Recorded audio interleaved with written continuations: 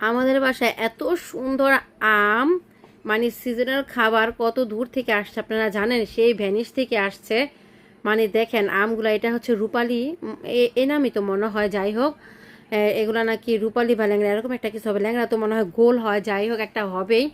এই আমগুলো এত মজা, ভিতরটা এত মিহিন, আর মনে হয় দুধ আম ঘন করে মাখলে যেরকম লাগে আমগুলার সেম এরকম। আলহামদুলিল্লাহ, ভ্যানিশে তো এগুলো অ্যাভেলেবেল, সব কিছু সবসময় পাওয়া যায়। আর আমাদের এখানেও পাওয়া যায় একটু কম তুলনামূলক, মানে আসলে নিয়ে আসতে হয়, নয়তো সবাই নিয়ে যায়, পরে আর পাওয়া যায় না।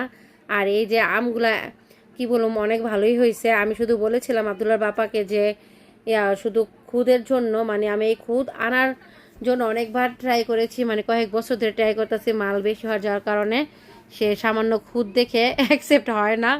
তো যাই হোক, তাকে রেখে দেয়। আর আমরা এটা ট্রাই করে ফেলেছি মা ছেলে, আলহামদুলিল্লাহ খুবই ভালো ছিল।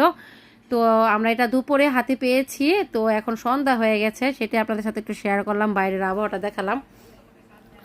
আমার কাছে এত ভালো লাগছে এই আমটা, ধারণার বাইরে। কত দূর থেকে আসছে, সেই ভ্যানিশ থেকে। তো একটা ভাইয়ের মাধ্যমে আবদুল্লাহ বাবা নিয়ে আসছে, যাক এনেও সার্থক, অনেক ভালো হয়েছে। আর এগুলা তো যে কোনো কিছুই, ভ্যানিশ, রোম, এইসব সেন্টার হচ্ছে অ্যাভেলেবেল। তো আমরাও পেলাম, আলহামদুলিল্লাহ আমার কাছে ভালোই লাগতেছে। আর এই যে এই খুদ দিয়ে হচ্ছে বোয়া রান্না করবো, ভর্তা, কয়েক আইটেমের ভর্তা দিয়ে।